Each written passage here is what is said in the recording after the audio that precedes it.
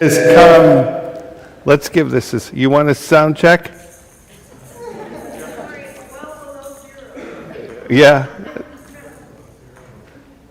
Tell you what, I'll do it again. I'll go back over here. Why don't you just sing the whole song again? Let's give it another try. That was beautiful. Thank you.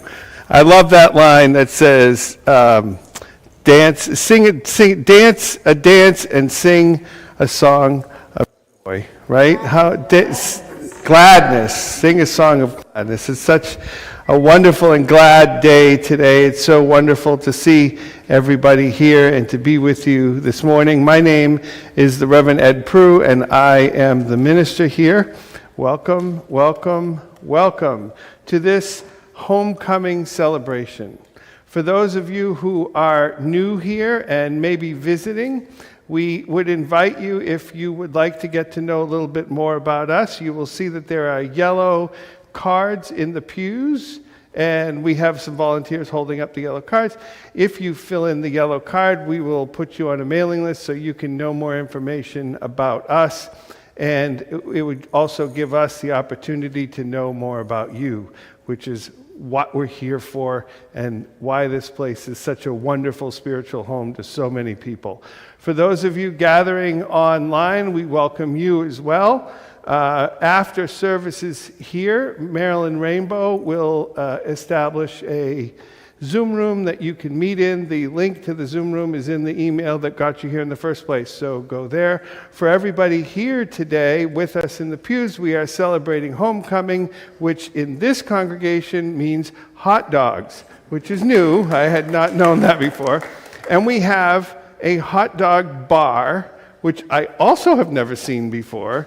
So that's why I came this morning, is to see what this hot dog bar is all about. So we invite you after services to come. It's all the way at the end of this hall. We're throwing a curve on you here. It's all the way at the end of this hall. And they will just follow the smell of hot dogs and you will get there. So wonderful to have you all this morning. Wonderful to be with you. And I now invite Michael to bring us in to the formal part of our service. All right, good morning, everyone. As Reverend Prelude said, my name is Michael Bloom. I'm the current president of the Board of Trustees this year, and I'll be your service leader this morning. So welcome. As we work to create beloved community, we welcome all who would join us in building a better world with more love, more justice, and more peace. We welcome all who would join us in growing in mind, heart, and spirit. We welcome all who would join us in tearing down systems of oppression of all kinds. We welcome all who would join their purposes to ours in a loving spirit of right relationship. Whoever you are, wherever you come from, wherever you find yourself on your life's journey, whichever your pronouns, whether you've walked in or rolled in or dialed in, whomever you love, you are welcome here. Each Sunday, we read prophetic words from one of our 6 sources. This week, our words come from award-winning college basketball coach John Wooden. John Wooden Erdhart, is it 3 names, I guess? Erdhart was born in Indiana and lived 99 years, dying in 2010. Wow. He is most well known for being the coach of UCLA men's basketball team for 30 years. Things work out best for those who make the best of how things work out. That's the quote. I love that. That's good. That's a good quote. Well, now I would like to invite Reverend Ed to light our chalice. As we gather in community, we look within ourselves and to each other for strength and restoration and inspiration, so that as we journey together, we catch the spark of the eternal Spirit, and from that spark, we light our chalice flame. Lighting this flame this morning symbolizes to all that the spirit of this congregation is strong, and that our will to transform ourselves and to transform our world is also strong. We light this flame this morning with gratitude. We light the flame in memory of all who have gone before, in honor of all who are here now, and with joy for all who are yet to come. And I invite you, as we light our chalice, we have some chalice lighting words that, are they on the slide today? Oh, they are. Okay, good.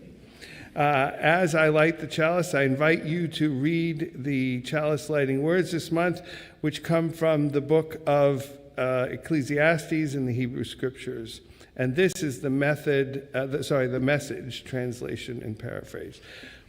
After looking at the way things are on this earth, here's what I've decided is the best way to live. Take care of yourself, have a good time, and make the most of whatever job you have for as long as God gives you life.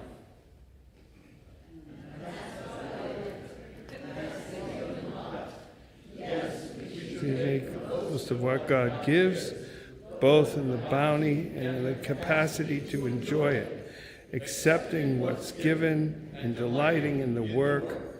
It's God's gift. God deals out the joy in the present, the now. Amen. I love that little bit. This morning, I invite you now to help us sing our first hymn. You can stand, you can stay seated, whatever makes you happy. But before you do that, I want to propose a change to the hymn. You know the verse that goes, Don't be afraid of some change. How about we don't be afraid of some change and change the word change to fun. Don't be afraid of some fun. It's it's hot dog day, y'all. We have to have, yeah. So let's say don't be afraid of some fun. And we won't tell the copyright people we did that. We'll just slide it right under the rug, all right? So our opening hymn is Enter, Rejoice, and Come In, the theme of today's service, number 361. Enter, rejoice, and come in. Don't be afraid of some fun.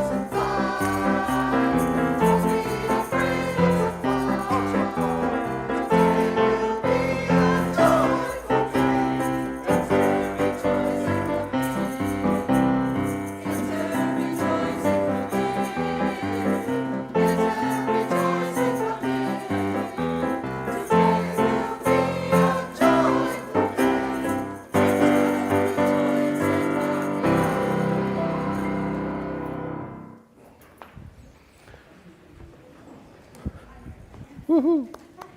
So today's time, this is the time in the service where we tell a story, it's auspiciously a children's story, but it ain't always a children's story. And today is a story you all know by heart, but it's just such a good story that I wanted to tell it today on our homecoming day, because it's very much a homecoming story. Has anybody ever heard the story called Stone Soup?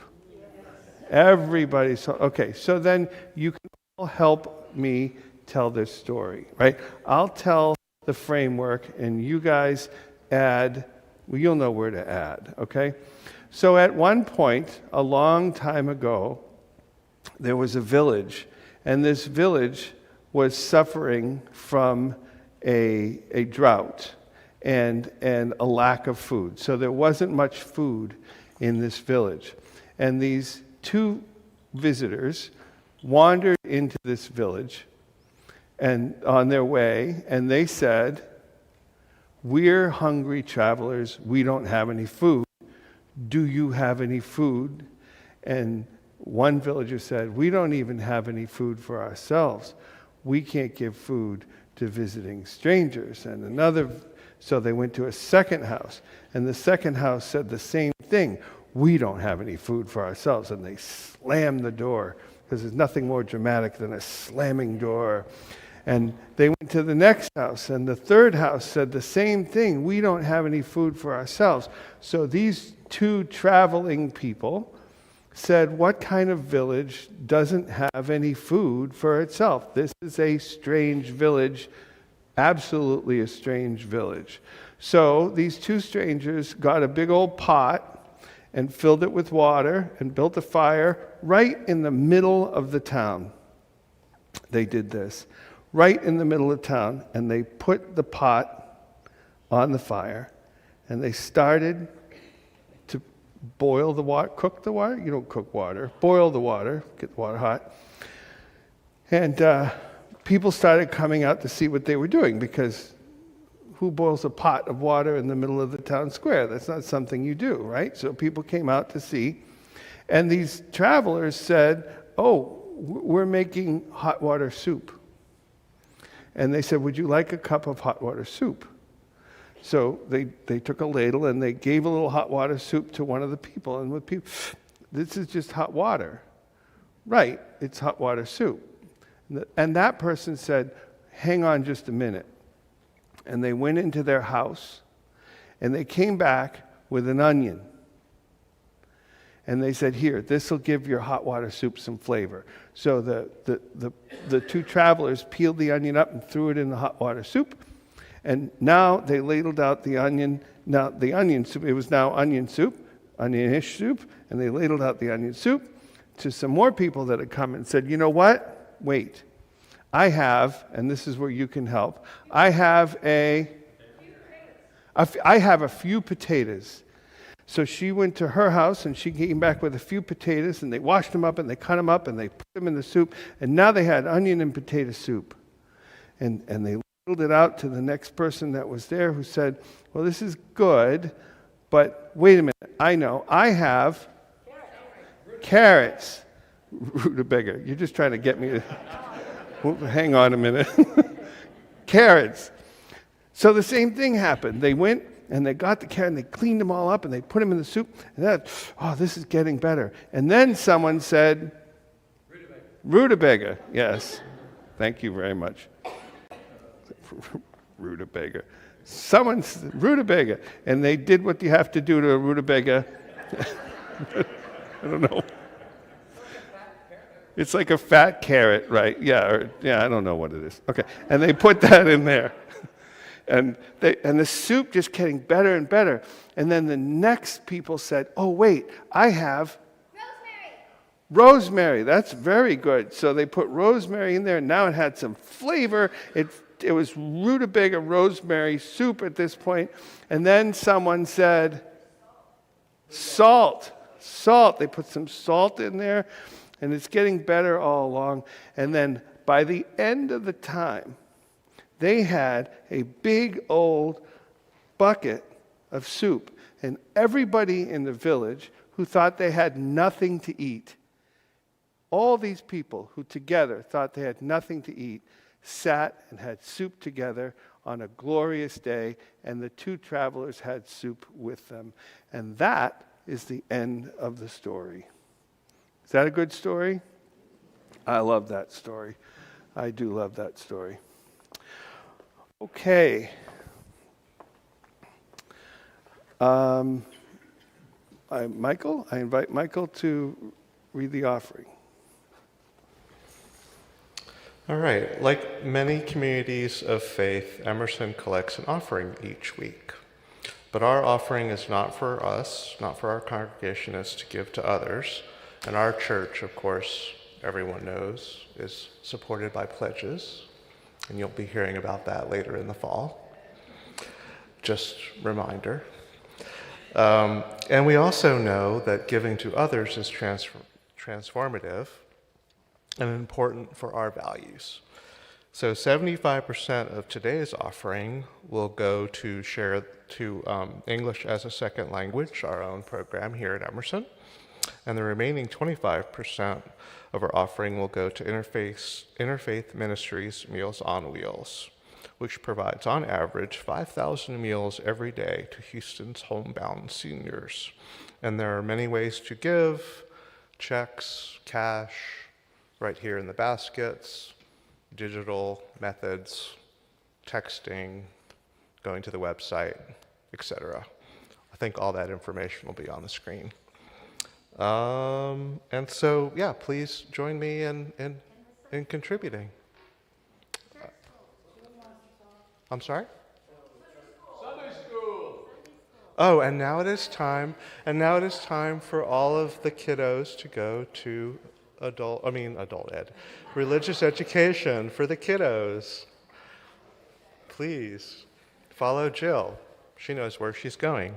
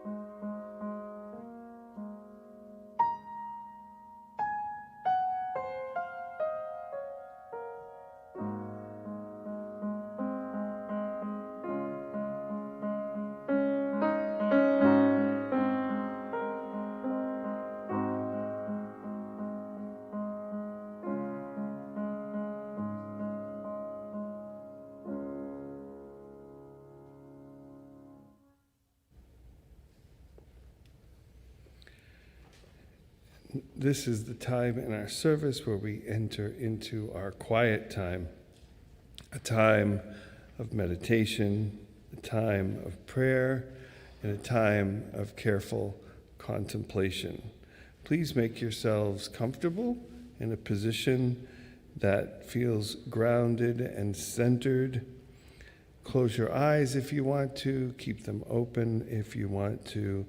Take a deep breath in as together we enter into a time of meditation followed by silence. For today's meditation, I will read a poem entitled "We Meet on Holy Ground" by Unitarian Universalist minister Richard Gilbert.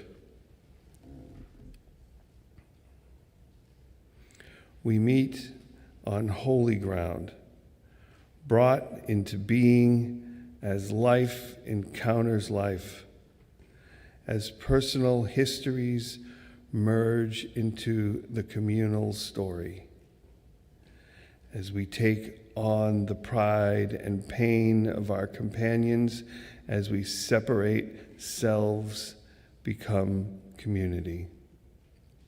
How desperate is our need for one another, our silent beckoning to our neighbors, our invitations to share life and death together, our welcome into the lives of those we meet, and their welcome into our own. May our souls capture this treasured time.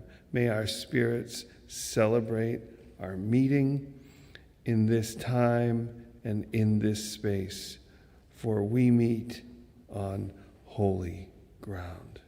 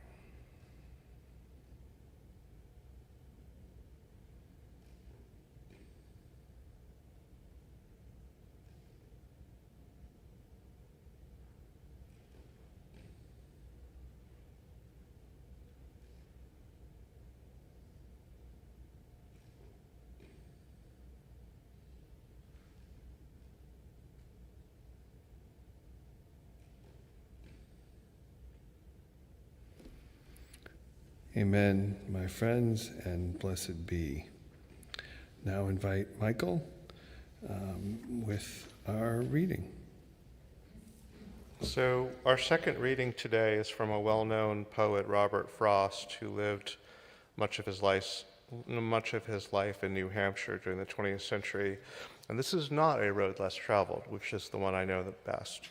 This work is entitled When a Friend Calls Me from the Road. When a friend calls me from the road and slows his horse to a meaning walk, I don't stand still and look around on all the hills I haven't hoed and shout from where I am, "What is it?" No, not as there is a time to talk.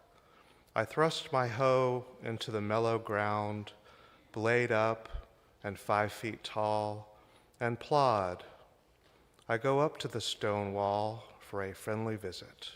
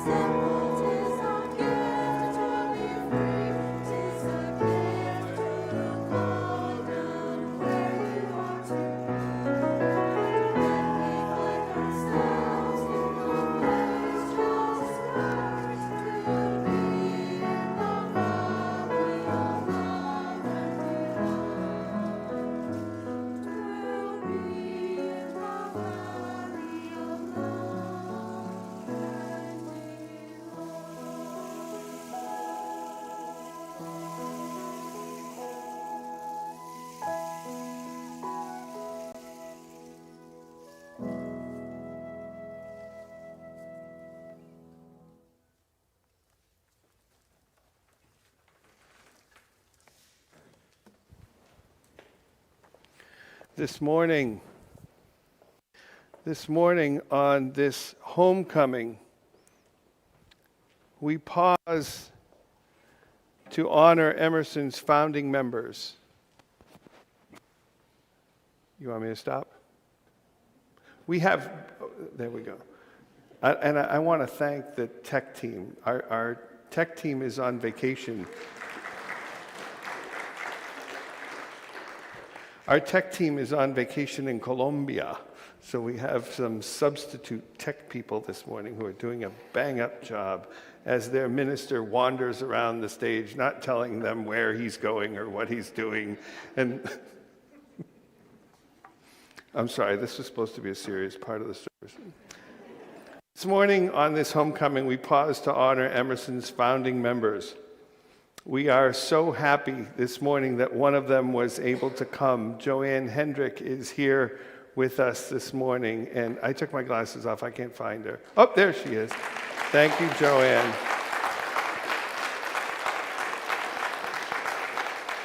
We put out a call to all the founding members, and some of them couldn't come because they were leaving for Italy and whatnot. So, Joanne, thank you very much for coming. We are honored by your presence. Joanne and the founders we invited are people who were here with this church on that Sunday, St. Valentine's Day. It was St. Valentine's Day Sunday in 1960 when the groundbreaking ceremonies occurred right outside this window at what we now call Westwood Hall. At the ceremony, Dr. F. Hartman Kilgore delivered some important opening words. They were short, according to the history of the church. They were short, but I think they still have resonance today. He said, "Building a church is an act of faith. It requires vision and courage, giving and concerted action. This physical structure we shall build is a symbol of our higher aspirations. We are the real church." And I found that so profound. And it didn't come from a minister. It came from one of the members of the church.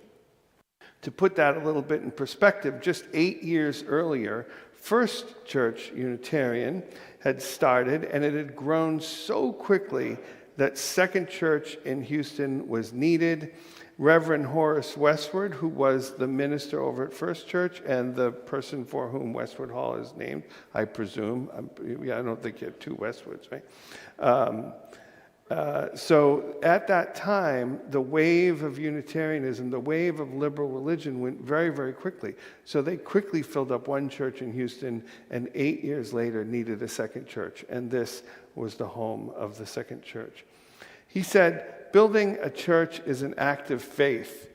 We stand here in this building, a building compiled of countless acts of faith over the many years it has been here. The faith to buy this property, right? This was out in the woods when they bought it, if you recall, for those of you. They just the act of faith to buy this property, the act of faith to raise the money to build Westwood Hall, the act of faith to fill Westwood Hall so full and so quickly that they very quickly decided they needed to build this magnificent building just a few feet away. They designed this building. Look at the way they designed this building. This building is making a statement, isn't it? The people who designed this building said, "We are here and we are not going nowhere." Together over the years, hundreds of you made this spiritual home for hundreds more of you. The legacy of this place in this community and the lives of so many Houstonians is etched upon this city. We gather here this morning in honor of all who came before, all those present here today, and in joy for all who are yet to arrive. We honor the work and the love and the history by continuing its place as a spiritual home for those on our journey. We owe that to our founders. We owe it to the city of Houston. And most importantly, we owe it to our children.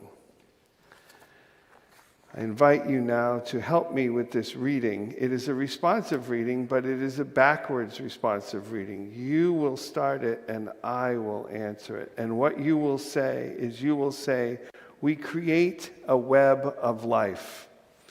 We create a web of life. This reading, by the way, comes from the Reverend Sarah Lammert, who currently serves Unitarian Universalism as the co-director of Ministries and Faith Development at the UUA. We create a web of life. This is finally the time to let go of the crazy notion that we can live separate lives and aloof from one another. We create a web of life. This is the time at last that we can come home to one another, to our mutual belonging. We create a web of life. And we create a web of life out of which every single one of us can stories have given us.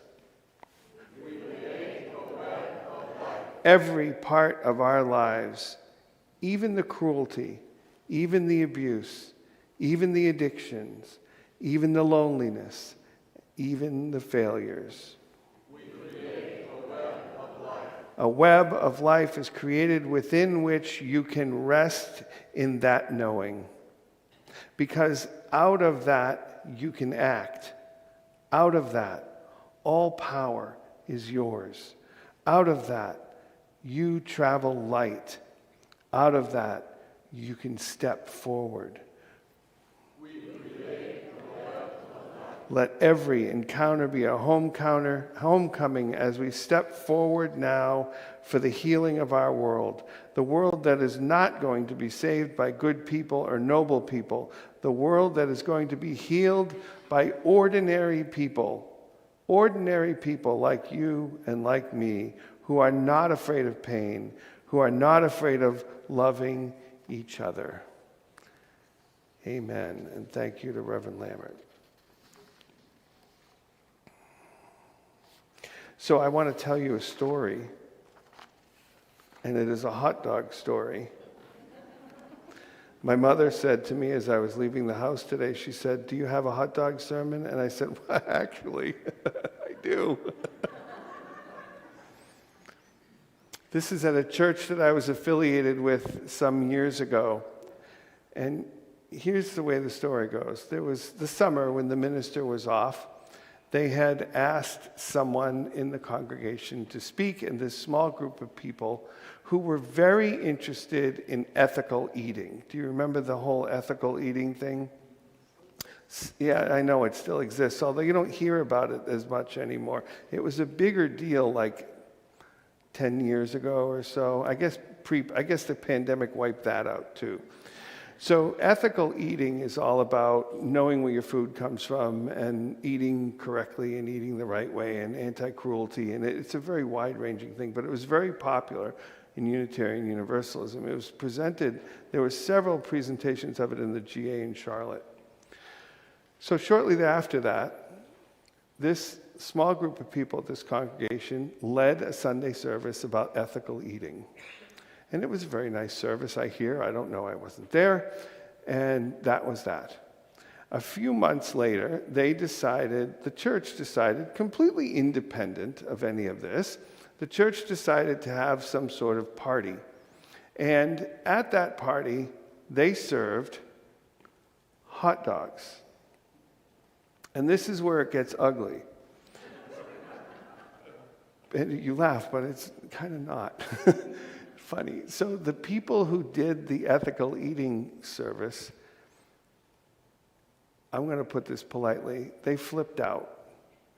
They were not happy with the hot dogs.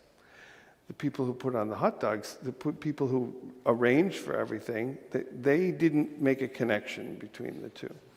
Long story short, those people who put on that hot dog, put on the ethical eating service ended up leaving the church over this hot dog party Sunday that happened in the congregation. It was ugly. It consumed the church for probably 2 years. So the church, it's funny that's kind of what made me laugh when you said hot dog bar. 'Cause I said, oh boy, I got like hot dog flashbacks, I think. And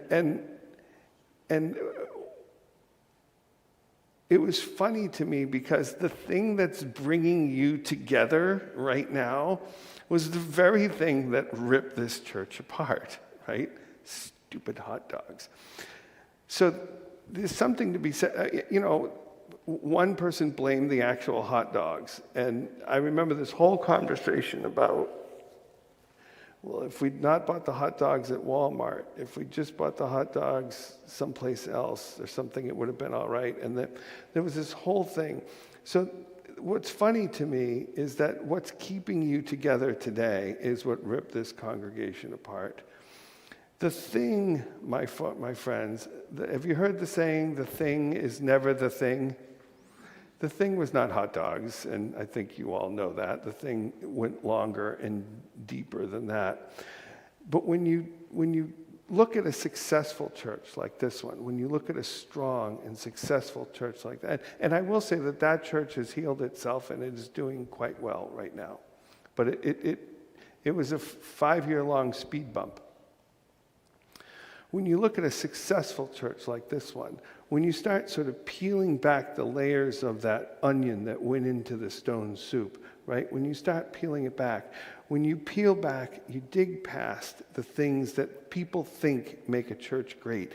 You dig down and you dig through the past, right? There's your past. There's your history. That is something that makes a great church. But when you dig a little bit deeper, you dig past the staff, the ministers that have been here, the administrators, the interns, all the people that you've had here, the DREs, the music directors, all the people that you've had here. You dig past these beautiful buildings. This is a spectacular Unitarian Universalist church. If this is the only Unitarian Universalist church you've been to, I got news for you. This is a beautiful Unitarian Universalist church.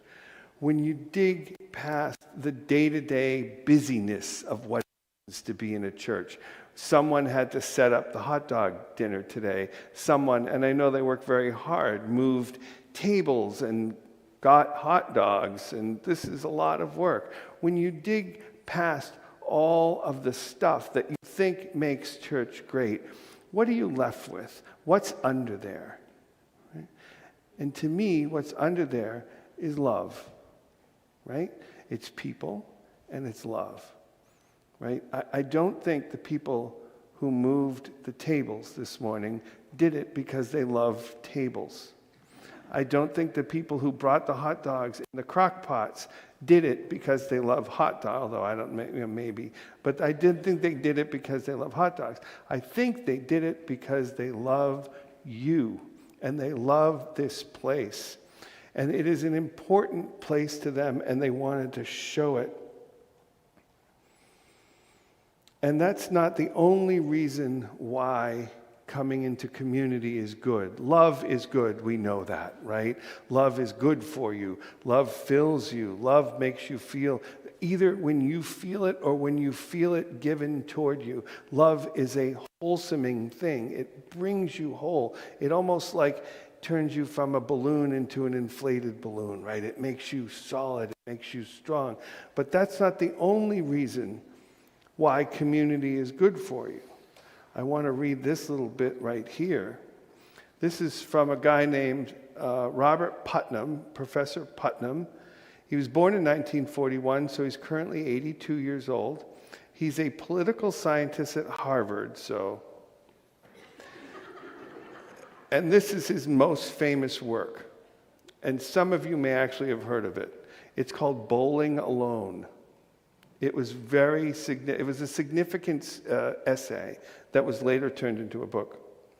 Bowling Alone argues that the United States, and he wrote it in 1995, just to give you some perspective, okay?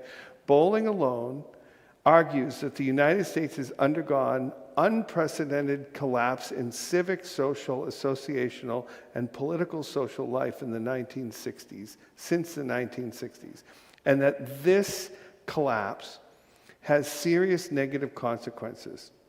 So here are two contrasting bits of his essay where he's making his point. First, he starts out by talking about Alex de Tocqueville, French dude, who many of you know. De Tocqueville visited the United States in 1830, and it was Americans' propensity for civic association that most impressed him as the key to their, Americans' unprecedented ability to make democracy work. And this is quoting de Tocqueville now. Americans of all ages, all stations in life, all types of disposition are forever forming associations. I personally love that this was foreign to him, right? He was like, wow, look at these people just getting along. Now remember, he's French during a time in France that was not a great time in France. Right? Lots of heads,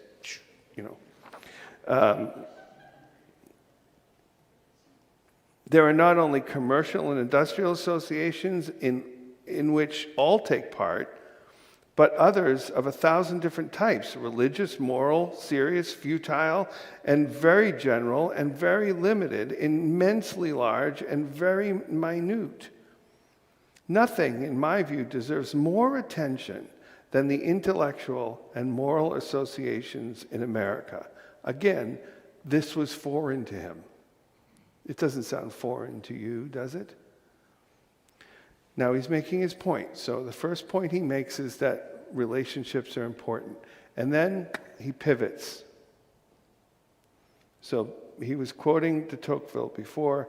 Now he's talking. Now these are Professor Putnam's words himself.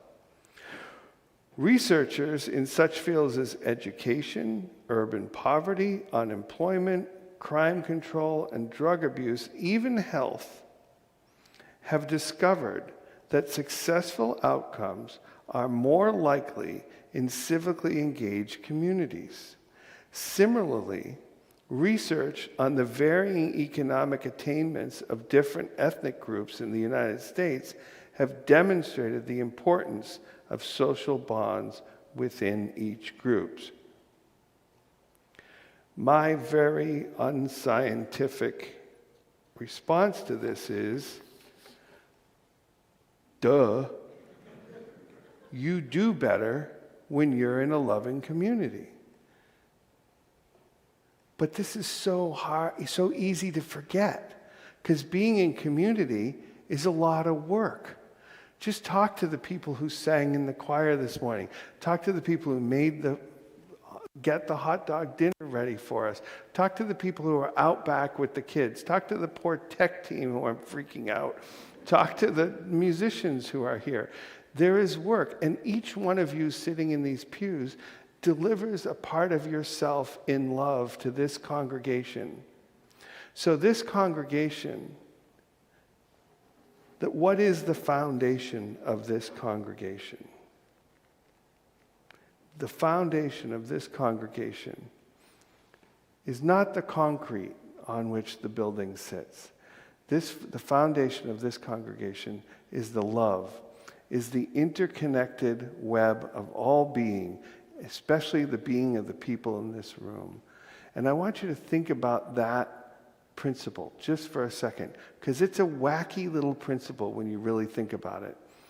The principle says, the interdependent web of all life, of which we are a part. Why did they feel the need to say the of which we are a part of that, if they just said it was the interdependent web of all life? You ever think about that? If it's all life, doesn't that already include us? They obviously felt the need to say it twice, didn't they?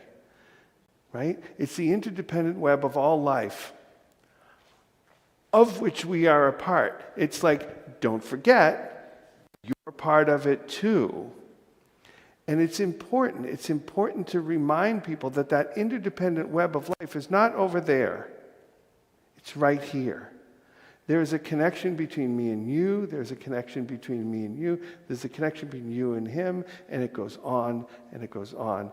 And that web that we build together here, that very important principle, that seventh principle, that is love.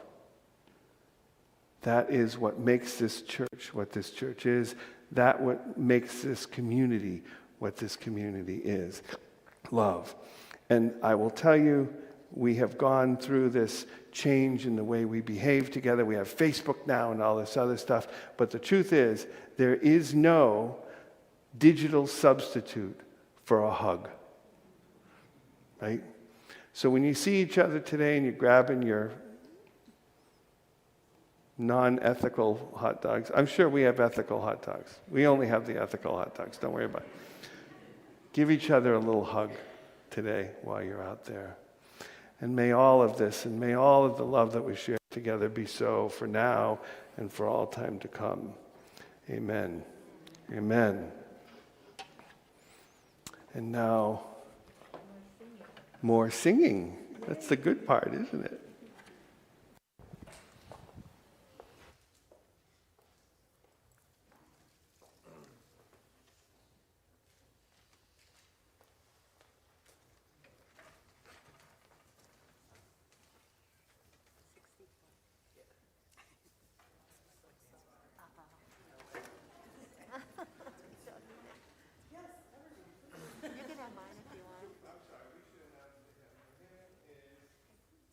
Oh, it's right there. Sorry.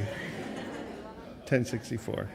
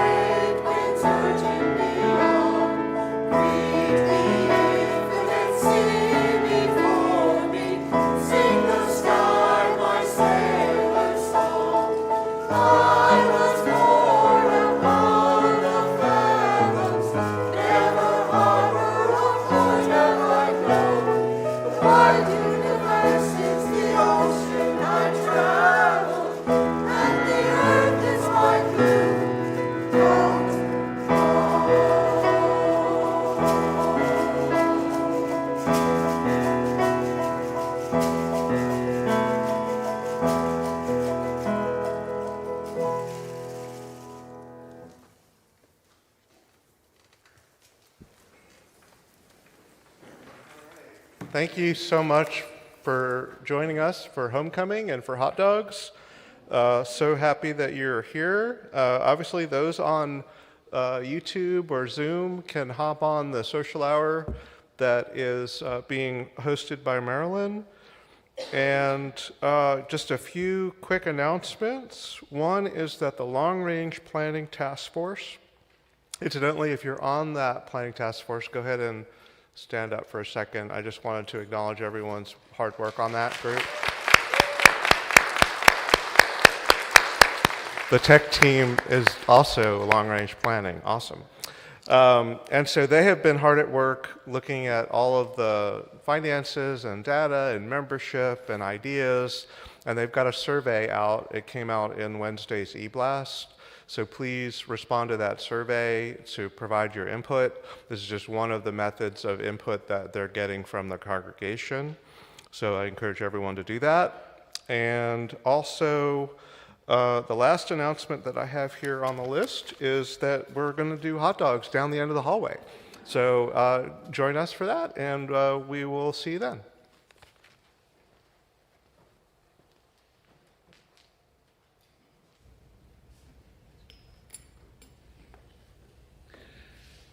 My friends, may you, in the course of your week, be able to feel the liberating freedom of this religious path we share. May your gods welcome you. May they challenge you to live up to your own expectations of yourself, wherever and whatever they are. And may the world around you light up so that you may see your way to clarity and wholeness. Amen. Amen.